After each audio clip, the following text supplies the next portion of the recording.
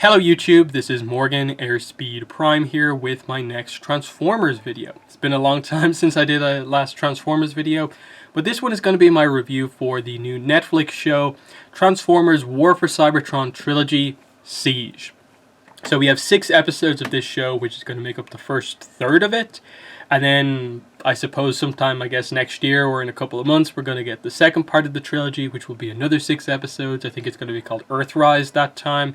And then it'll finish it off with another 6 episodes, which will be called, I think, Kingdom, if it goes the same way as the toy line, which it is based off. Because, of course, we've had the Siege figures for a while now, and as you can see, this Optimus is the model from the show, basically exactly. Even in the show, the model of Optimus has this giant plate on his back. He has the kind of big bits kind of hanging off the underside of his arms and so on. They CG'd the toys, basically, without altering them like they probably should have. But either way, this is meant to be our sort of bigger budget Transformers show aimed at sort of more hardcore fans with a darker tone, not fully aimed at kids. This should be the thing to get a lot more people into Transformers. So does it succeed? In my mind, it's like, yes, but also no. Yes, in that... I agree with the idea of we needed this sort of darker tone show to just get away from what we've had before, which is the sort of lower budget shows that don't look that great, or the shows that are aiming a little bit too low at being really, really kiddie and just not really having appeal for hardcore fans or adult fans. So in that sense, this is better just because of that better tone and approach. But it's also a story we've heard before. We've seen this before. The War for Cybertron and Fall of Cybertron video games covered this exact story. The novel Transformers Exodus covers this story. It's the basic setup for this is also what they use in Transformers Prime as well. In addition to the 2005 to 2018 era of the IDW Transformers comics, also uses this same plot premise of the war on Cybertron. So fundamentally, this is doing nothing particularly new outside of using characters in slightly different ways. Otherwise, the exodus from the planet at the end of the war is something we've seen in more or less every form of Transformers media. So I don't think this Netflix show does this story with any sort of particular uniqueness or anything that makes it particularly incredible. It's just it deserves some praise because Transformers hasn't been incredible with its media of late, and this seems like something a little bit different, but it's also exactly the same. And I think that's what it comes down to for me, is that I'm not this sort of new to Transformers fan. I've read the book. I played the games. I keep up to date with the Transformers media that comes out. I have seen this story before. So I expect more than just the exact same story told. I want more than that as a fan. I want to see Transformers finally sort of really deliver with one of these TV shows and delve deeply into the characters that we have here, the potential of this world and these characters, because they're transforming robots. Don't just be transforming robots so we can do shooty shooty kick kick. No, utilize that fact that they are a unique life form that are metallic, and they by default at birth can transform into something, and utilize that to expand on their world, their culture and stuff like that. But instead, they choose to skip over all of the interesting aspects of the story and focus only on there's a war going on, and slightly tease the causes of it, which are the much more interesting thing than just this desperate exodus from the planet right at the end. And that's my big thing with this, is just that the plot that we get over the course of these 6 episodes is not that interesting, because it's every form of Transformers media is what happens here. What's often not fully fleshed out in every form of Transformers media is the origin of the war. Typically, it is often only told as a very brief backstory to give a little bit more context to Optimus and Megatron's conflict, why not, with this iteration, start off with Orion Pax, Optimus before he has the Matrix, before he's the leader and the amazing commander that we all know him as, and start off with Megatron the Miner. Not the leader of the Decepticons, not the revolutionary or anything like that, the gladiatorial champion.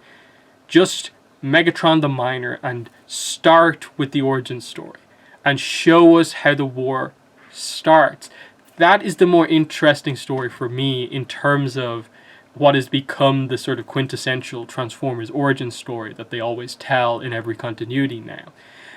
We've got that a few times, but as I said, mainly in the books, video games, and comics. Not really in the TV shows, though. As I said, outside of a little bit of backstory here or there. And that's what I wanted to, because there are teases, there are lines here and there throughout this show that hint at some of the most interesting stuff in this show. Like when Megatron and Impactor, I believe, are the two who mention it, that like, our lives were predetermined. We were both minors. You never had to experience that. And they don't go any more into that. But if you know your Transformers, you get a sense for what they're referring to here. They're referring to the idea of you were born with a specific alt mode, what you turn into. And that, obviously, in the society on Cybertron, is what determines what your role in society is, what your job is determined at birth just by what you are. And the example that they give is the argument between Impactor and Mirage. So Mirage transforms into a Formula 1 car, basically, a race car. And Impactor transforms into some sort of like mining/construction equipment. So the point that is being made here is that Impactor, from birth, had to be a miner. And for thousands and thousands of years, because they live for so long, that's all he ever had to do, was just mine energon that would ultimately go up and be used by the likes of Mirage to do their races, because by being born into a race car, he is a racer, one of the sort of entertainers. He gets to go all over the place, racing the other race cars as entertainment on the planet. So two very different sides of society, completely just determined by what they transform into. And that's very interesting. That's the sort of functionalist type stuff that they went into quite heavily in the comics, which is why the comics are so good. And they tease it here. Very, very clearly, they tease it. And they tease it when they talk about the backstory with Optimus, Ultra Magnus, Megatron, and Alpha Trion. That those three were sort of all mentored by Alpha Trion. And he gave the Matrix to Optimus, he gave the Alpha Trion protocols, or the history of Cybertron, to Ultra Magnus, and Megatron seemingly didn't get anything. And I guess in response to that, Megatron killed Alpha Trion, and that is meant to be this big turning point between the trio of friends, basically. And that's a nice setup, except they didn't show any of it outside of like 5-second little backstory tiny bit that they focused on. And then when Bumblebee gets the Alpha Trion protocols, he sees Alpha Trion, but again, they don't cover any detail. And the question is, like, because they try to really explore this idea in a couple of scenes when you have the two sides arguing with each other about, like, are we in the right? What are we doing here? Is our side fully correct? Have we lost our way? Who started the war? These type of questions are kind of coming up, and we're getting like the positives and minuses of both sides of the war. The problem is that they never properly explain the cause of the war. And so we're meant to really deeply care about the battle between Autobots and Decepticons because of these more complicated reasons than the past. But fundamentally, the reason we care is because everyone knows the Autobots are the good guys, everyone knows the Decepticons are the bad guys. They don't cover the details of it in enough detail to make you care on that deeper level. In that, you're meant to feel somewhat sympathetic towards Megatron and Impactor for what happened to them. But they're just two throwaway lines if you don't have the ability to connect it to the greater scheme of what's actually happening in terms of what society on Cybertron was like before the war happened. And that's the mistake of jumping in right at the end, is that you only have a war zone. You only have characters who are now soldiers, and you are only teasing the idea of like what they were before.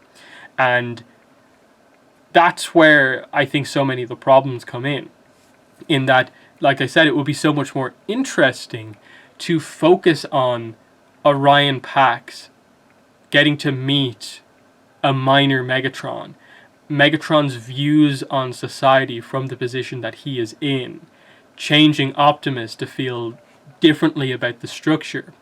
And then, you know, you get into this whole idea of, okay, who's leading Cybertron at this point? Who is the Prime before Optimus Prime? In that, typically in most of these Transformers medias, Megatron kills the previous Prime as evidence of like the thing that really, you know, tears apart society on Cybertron, which is why it is just a war. There doesn't seem to be any sense of like anything going on outside of the war.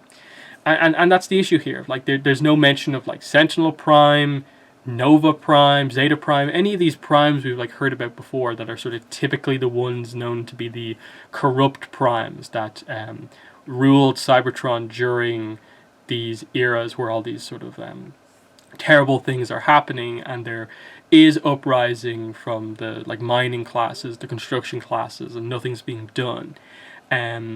Typically Optimus is presented as, when he's Orion Pax, as more being like either a data clerk or a police officer, and he then goes on to like not as strongly oppose it as Megatron does, but show the potential to be the leader that the Autobots actually need. And so that's why I think so much of this doesn't work as well. When you have Megatron criticizing the Autobots, it is so difficult to get a sense for what sort of system or structure he's actually like complaining about, because seemingly he has taken down the entire structure that created whatever situation he and Impactor were put into, because Optimus is just leading a ragtag group of Autobots who are just soldiers at this point. Their base is a spaceship. There's no like building of government or anything like that. There doesn't seem to just be civilians. If you're not on the Autobot side, or if you're not on the Decepticon side, you're like a scavenger, like Bumblebee is in this series. And that's where like the nuance is lost completely in this series. They don't go in depth enough into anything to get across the dark tone they're actually going for, which is the war, the war, the war. They take it as just being, we will have fights where characters will die. Whereas in many ways the real darkness of this is sort of like what caused it. The dark, you know, tones of what was happening, the atmosphere at the time, that would cause someone like Megatron to go from being more of an idealistic sort of revolutionary to being a tyrant, as he basically turns into over the course of these episodes. And then those events, and then Optimus choosing to oppose Megatron after once being his friend, showing the, you know, potential to be the great leader that the Autobots actually need. That's what we need to see. And I think that just is the thing here. We have 6 episodes that really don't accomplish all that much, because the basic plot here is Wheeljack finds a space bridge. So this is going to come into play at the end. We just need Energon to power it. So over the course of the series, we get some Energon. Great.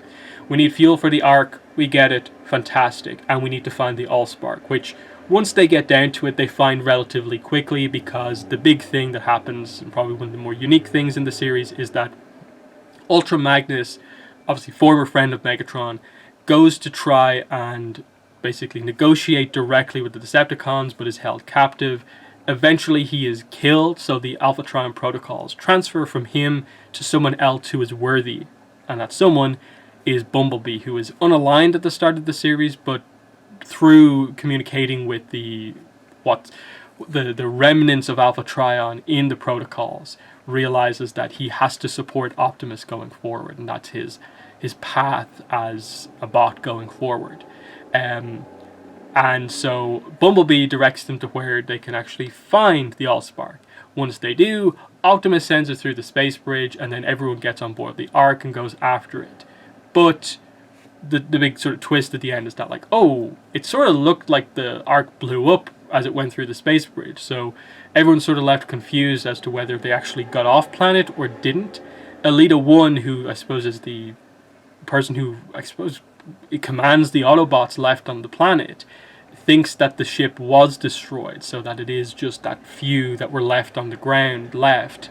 And Megatron, I suppose, doesn't really know what way to view it, just that the Allspark is now off planet, and they need that. Because that's the other thing they get into in terms of, like, this whole both sides argument here, is that Megatron is planning to use the Allspark to enslave all of the Autobots, to basically turn them into Decepticons, so that everyone will agree with him. Optimus realizes that he has to stop that, and one of the only ways to stop that is to take the Allspark off planet, so it's not even a threat on the planet. But they note that doing that will basically turn Cybertron into a lifeless planet. What the planet usually creates the bots, all Cybertronians. So if you take the Allspark out, you're basically saying no more new Cybertronians will be born. The planet itself is going to die, and as we go forward, the bots will die also.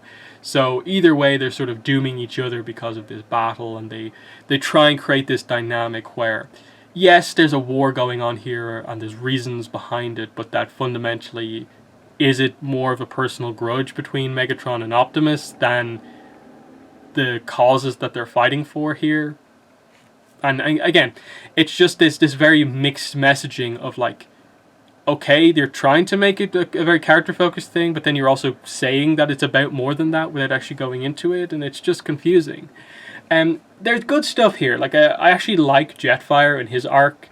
Just this honorable Decepticon who obviously agreed with the earlier ideals of the Decepticons, but can't go down the path that they're going down now, which is more senseless slaughter, just enslaving people, controlling them. He doesn't agree with that, so he ends up defecting. A similar thing happens with Impactor, which is actually quite interesting given his connection to Megatron, him having the same origins as him. So Impactor defecting after being saved by Ratchet on the battlefield was actually quite nice, and then Impactor saving Ratchet from an attack, and that's how Impactor dies. But we end with Jetfire still alive, but on the Autobot side of things, and that leaves the door open for Starscream to assume command of the Seekers. The one sort of proper scheming action from him, in addition to just opposing Jetfire, seemed to be this implication that Jetfire, to maintain command of the Seekers, at one point shot Skywarp and sort of, I'd say, kind of minorly injured him. It seemed like relatively bad, but it didn't seem like a lethal wound considering what happened to some of the bots in this series. And then the next time we see Starscream, he's like, Jetfire killed Skywarp. And it's like, did he? I thought he just slightly wounded him. With the implication being that, oh, Starscream either let, like, Skywarp, like, bleed out of Energon, or killed him himself, with the idea that everyone saw Jetfire shoot him in the first place. So Starscream taking out Skywarp makes Jetfire look terrible, that he's already defected before he properly had, and that's how he schemes himself into the position of commander of the Seekers. So this is before Starscream goes full on, I should be the leader of the Decepticons, and is first about being the leader of the Seekers. Again, Starscream was a relatively minor player across these 6 episodes, despite being one of the most noted characters, of course. But, you know, that's the way it went. And yeah, there weren't that many, like, standout characters here. Of course, Megatron, Optimus, Bumblebee are your main ones. But in this case, we also had, Jetfire, Impactor getting a bit more focus, and also Elita 1, a female Autobot who, I suppose at the start of the series, is third in command of the Autobots, but ends up becoming second, and then the leader of the Autobots on Cybertron, just with what happens. Ultra Magnus dying puts her up a position, and then her thinking Optimus dies in the Ark exploding, quote-unquote, means she's left in command. I thought they at the start, I really thought they were making the wrong choice with the character by having her be like the only character to like directly, constantly oppose everything Optimus said. Thankfully, they altered that as it went on, and it was revealed that no, Optimus lets his troops speak to him even if they disagree with him, and even if it comes across as maybe sort of insubordination, he lets them speak their minds. He's a different type of leader to Megatron. And they sort of imply, kind of almost like, is there romance in this or not? I don't know. I got a slight sense of that this was more than just, a commander and then the person just directly under him. And it was more than, I think, just Optimus just caring about his troops. It seemed like there was a little hint of something there, but I don't know if that's ever going to be a focus as we go forward. Either way, Alita, for most of this, was sort of presented as just being, what are you doing, Optimus? What are you doing, Optimus? While never offering any sort of solutions of her own. Thankfully, they had her admit that to him. And in the end, she holds her faith and sticks by Optimus. She grumbles about a bit of it, but goes with the plan, basically. And I appreciated that. And it made her, I think, a more interesting character in the end. That she was frustrated with her leader for doing some very different plans, but she didn't have any herself. And by the end, she has that same sort of hope as Optimus does, and she will lead and defend the planet as we go forward. And I think it did come full circle when he basically is like, come on the Ark, and she specifically decides to not go on the Ark and stay here. That her fight is on the planet. She is here to defend the planet. Optimus has his mission to go off-world with the Allspark and stuff like that. She has hers. And there was just that sort of like agreement between them. Okay, we have different sort of approaches, things we want to focus on. And that was good. And so I thought that was a good example of taking a character who could have been very, very annoying if she was so one note as just the person who always speaks up against Optimus. And instead, you had her sort of come around full circle and no, she is 100% devoted to the Autobots. She's just more of the defend the planet type character.